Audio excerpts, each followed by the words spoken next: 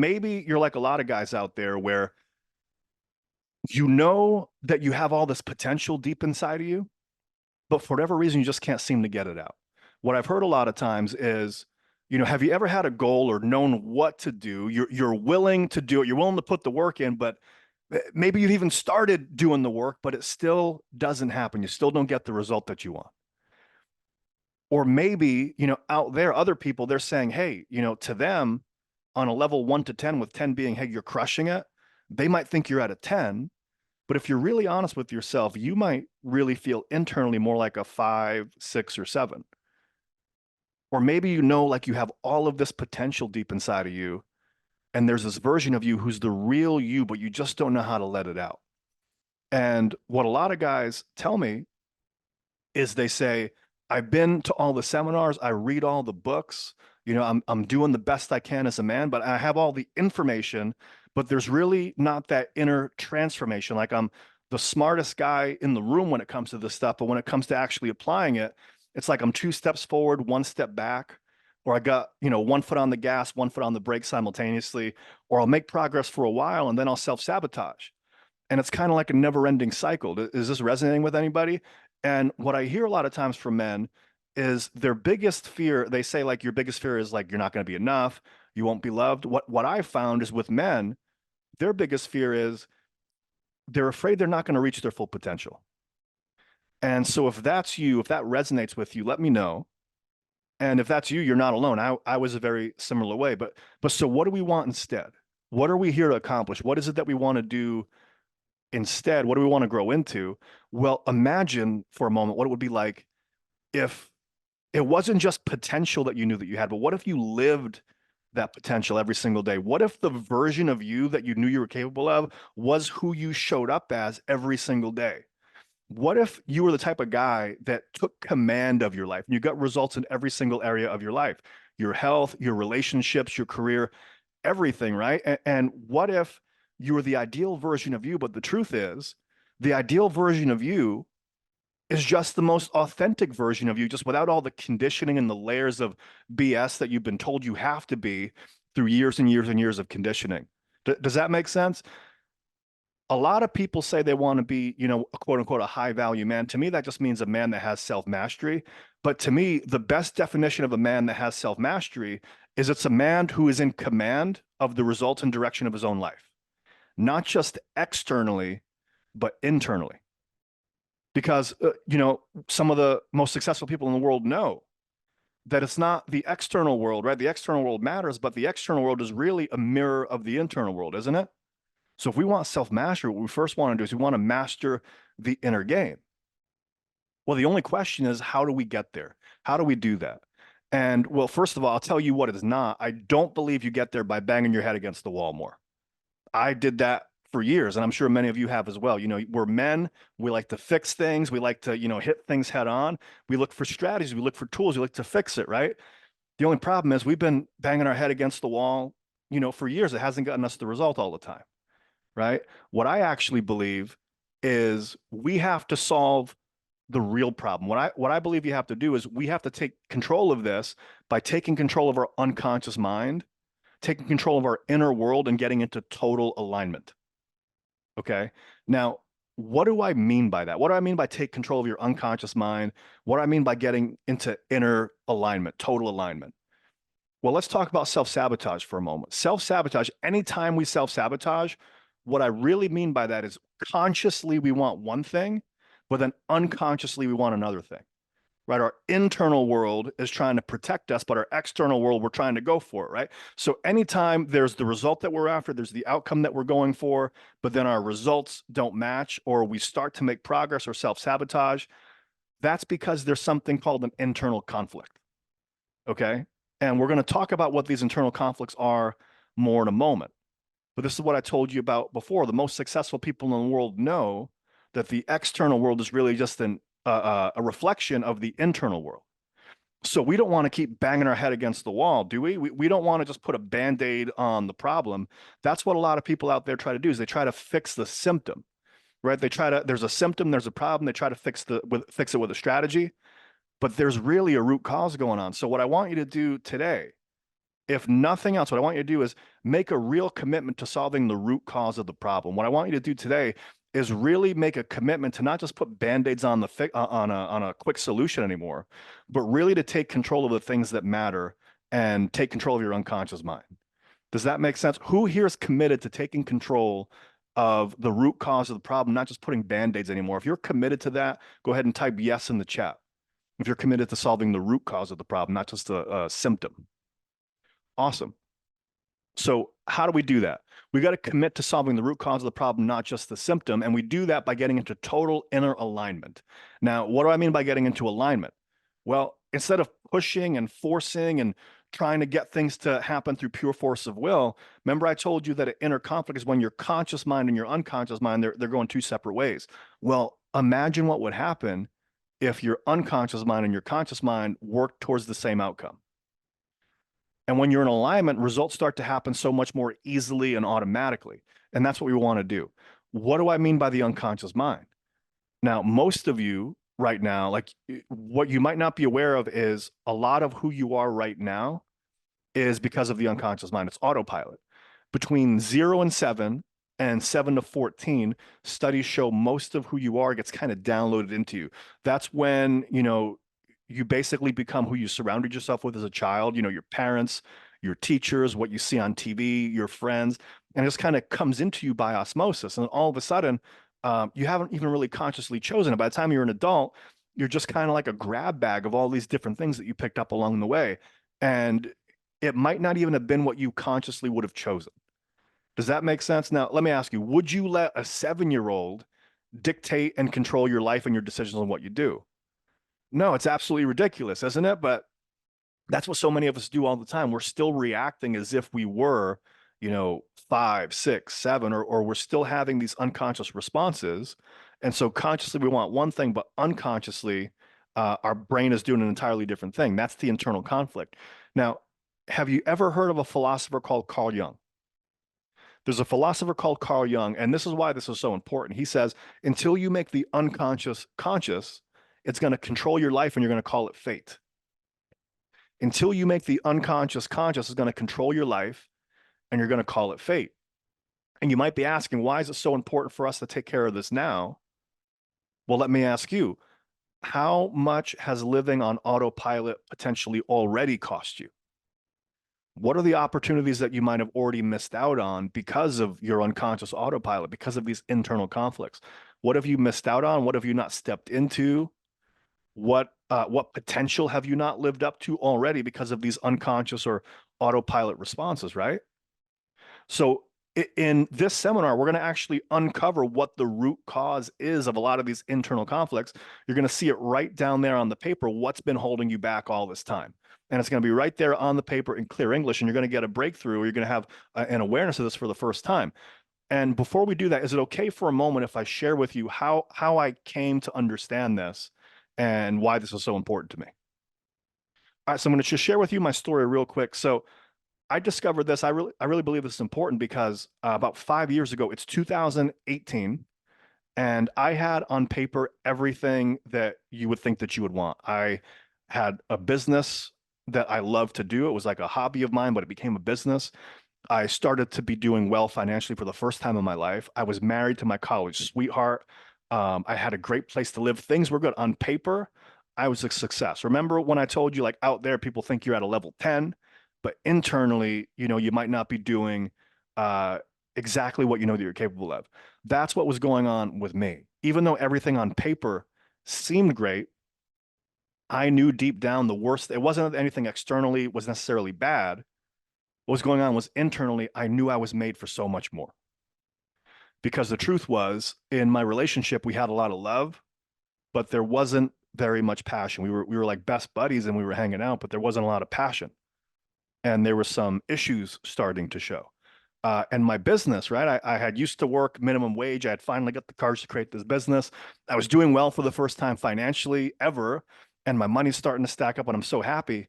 But I was more afraid of my business failing than I was of being a success. Does that make sense? Have you ever, you finally get something going and then all of a sudden you're more afraid to lose it than you are to build it up? That was happening to me. So my relationship has love, but not a lot of passion. My business is stressful, not because it's doing bad, but I'm afraid I'm going to lose it, right? And not only that, but I had got married, and I used to be an athlete. And once you get married, you know how you kind of relax a little bit. I had started to not really quite as much be in shape like I used to be. I started to gain a few pounds, right? And so I knew I had all this potential, but I was not living it fully. And I knew I was letting myself slip a little bit. And I wasn't happy with that. Now, luckily, I had a couple of really good beliefs that I had installed in me just from a young age. Number one was I never blamed anybody, right? Like I never blamed anybody for my problems except me, right? I always took personal responsibility, and even more than that, I always, I always found value in personal development and investing in myself. So I started to make some money, and I started to reinvest the money that I made into personal development, into skills, into seminars, into reading these different books. Because I'm like, my life, everybody else might think I'm a 10. To me, I'm like a 5, 6, or 7. I want to improve this. And by the way, I'm a man, right? What do we like to do as men? We like to fix things. Who here is like me, and you're a man, you like to fix things?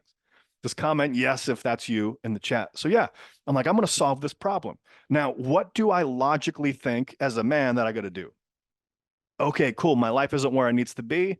I need to get more knowledge. I need to go, get more research. I need to read more books. I need to learn more skills. I need to understand the psychology behind things. And I started to go to all these seminars, read all these books, and I had a lot of really great knowledge. Now, do you think that made my life better, worse, stayed the same? That was great. I learned a lot of really great things, but did it get me results? That's the question. It didn't actually get me any results. Things kind of stayed the same, and they even got a little bit worse, right? I became the smartest guy in the room, right? But it didn't do any good because I wasn't applying the knowledge. And so I go, you know what? Maybe it's I have all this knowledge. Maybe I have to take more, I have to apply the knowledge, right? So I have all this knowledge, now I got to apply it. So I should probably take action. So now I thought the solution was I got to take more action. I got to work harder, right? I got to, go to the gym at 5 o'clock in the morning. I need to work 80, 90 hours a week, all that stuff. And I'm exaggerating, right? And the action did start to work a little bit. But I don't know if you ever experienced this. Have you ever taken the right action? It starts to work a little bit, and then your foot comes off the gas and your motivation kind of dies down. Or it's like Groundhog's Day. You keep having to motivate yourself to take the action. It doesn't come naturally. It's like you're pushing yourself. It's like you're pushing a boulder up the hill sometimes, right? It takes a lot of momentum for you to get going. And that's what was happening to me. So first I had all the knowledge, but the knowledge wasn't enough. And then I started to take action, but taking the action took a lot of momentum, and I wasn't always living it every single day. And I started to slip a little bit. Now, there was some periods of time, like there were some categories that my life was getting better. So for example, taking massive action in my business, I started to accumulate some money, like more money than I had previously. And I had kind of future forecasted, if things keep going the way they're going for me now, in a few years, I'm going to have this number that was my goal number, where if I hit that, I was set. And I was so excited for it. And I remember one day I went home to tell my wife about it at the time. And I was so excited. I'm like, oh my God, if the way things are going, we're going to be set in just a few years, because I had a plan, right? And I told her, and her eyes were glazed over. And you ever have the experience where someone's in the room with you, but they're not there? That was the experience that I had. And so my wife at the time, she was battling with issues with addiction, and they were getting worse and worse and worse. And that had to do, even with just stuff that happened in her childhood. And so her addiction got worse and worse and worse. And I was only happy for my success for maybe 5 minutes. And so imagine how I must have felt, right? I had done everything I thought a man should do. I, I'm married to my my college sweetheart. I built this business. I'm about to be financially successful. And I don't even have, the full love and presence of my wife. And that's when I realized that all the success in the world doesn't mean anything if you don't have fulfillment, if you don't really have what's truly important. And I remember that really took a toll on me. And I was such a pleaser at the time, right? I had quote unquote nice guy syndrome. I would do what any decent man would want to do. Like I wanted to save my wife, but she was going in and out of rehab, and things were getting worse, and they were progressing worse. And that took a toll on me. Does that make sense? And so things started to get worse for me because I had just so much stress going on in my life at that time. My business started to show signs of some stress. My biggest client started getting behind on payments, and he's getting a little bit more behind on me, getting a little bit more behind on payments. Pretty soon, that client goes out of business. Now I'm on the hook for massive debt. Okay. My relationship with my wife, she's going in rehab, out of rehab. She's sober. It's getting really, really bad. I'm stress eating like crazy. My health is plummeting. At my worst, I was 80 pounds overweight. And then so finally what I did is I finally said the solution's got to be, if I know all the skills, I got all the knowledge, I'm trying to take the right actions. It's got to be my environment, right? This is a toxic environment for me to be in. I know better than this. I got to change my environment. And so I got divorced. And so I got divorced.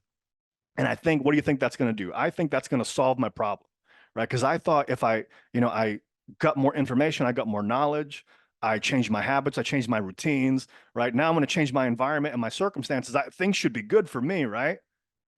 It still didn't work. Things actually got worse. Do you think things got better, stayed the same, got worse? Well, I already gave you the spoiler alert. Things got worse. And what was even more frustrating was I couldn't figure it out. I knew the skills. I read all the personal development stuff. I read all the books. I understood it. I had intellectual knowledge of it. I was doing my best to take the action. I did the hardest thing I thought I could ever do, which was leave a relationship, right? And I thought that just by changing the environment, it was going to change everything. But have you ever had the experience, maybe you've had experience like this, where you change a circumstance or you change your relationship and you end up in the same circumstance, but with different people? And it drove me nuts because I thought I knew better and I still couldn't find fulfillment. And it was really, really driving me insane. And then I realized it's like, well, wherever you go with you. Wherever you go with you, right? It has nothing to do with the external circumstances. What it had everything to do with was the internal circumstance. And what really made me see this was some time had gone by. I had been in a new relationship, and I thought just by virtue of me being all into personal development, trying to grow myself, trying my best to take actions, right? Changing the environment. I thought that was going to be enough. But what I hadn't done is I hadn't come face to face with all of the internal conflicts that even got me in that situation in the first place. Does that make sense? And so when I was in the new relationship, suddenly I'm face to face with all of my inner conflicts, all of my inner demons, all the stuff that I had not even known to take a look at because they had been so ingrained in me. Plus, I was so focused on the problems in my relationship that I never even knew to take a look at these things. Does that make sense? And so things got worse. And so what I finally came to, it was like 3 a.m. one night, and I was about to lose the new relationship too. And I kind of hit my rock bottom. It's like I hit threshold where it's like something's got to change. It's got to change right now. I'm not going to blame anybody. Like I said, I had some really good beliefs that I never actually blamed anybody. I go, hey, it's not my fault, but it is my responsibility to fix this. So if I got to fix this, I got to figure out what the root cause of this is so I don't do this again. If, my last relationship failed, this relationship's about to fail. If I keep doing this, I'm going to keep losing businesses. I'm going to keep losing relationships. Like I want to solve this for me, not for anybody out there. Do you guys follow me on this? So I finally realized that, and I sat down and I put this down on paper and I realized every result that I had in my life stemmed from one of my actions, good or bad, right? It's not my fault, but it's my responsibility. Every result stemmed from one of my actions, whether I intended to or not. And by the way, an action can be also what you failed to do, fail to set the boundary, fail to act, fail to say, hey, no more, fail to end a relationship, right? So it's not just what you do, it's what you fail to do. But then every action or lack of action came from one of my beliefs. And more importantly, a belief about myself and my identity, who I believed I was. And every belief about myself came from where? That it just didn't land there.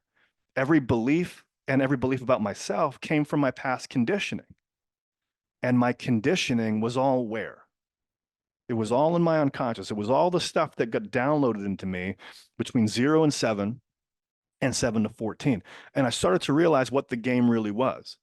And I told you this already. The challenge was wherever I went with me.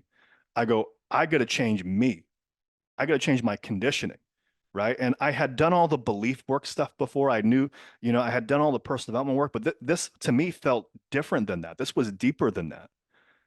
And that one night, 3 a.m., I remember I was in a spare bedroom and I was journaling this out because I finally, like I said, I hit threshold and I figured out the solution. And would it be okay with you to share with you the solution that I found to this problem? And guys, I put so much time and effort and energy into this. It took me years to figure this out.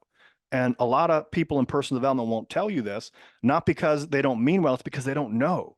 They're helping you with belief change, or they're helping you with strategies, or they're trying to give you, hey, here's the 3-step process to eliminate your limiting beliefs, or they're trying to give you like the system or the process, something like that, but they're not getting to the root cause. And it's not their fault. It's just they don't know any better. I had to spend years trying to figure this out, but you guys need this. Because if you don't have this, like, and hopefully none of you are at my worst, where I was at my worst, I want to help you get ahead of this before it gets to that point, right? Maybe you were where I was at when things were good, but they weren't great, right? That's when you want to start solving this thing. You want to, like they say, kill the monster while it's little, right? So here's what the solution is. And this is what really started to turn it around for me.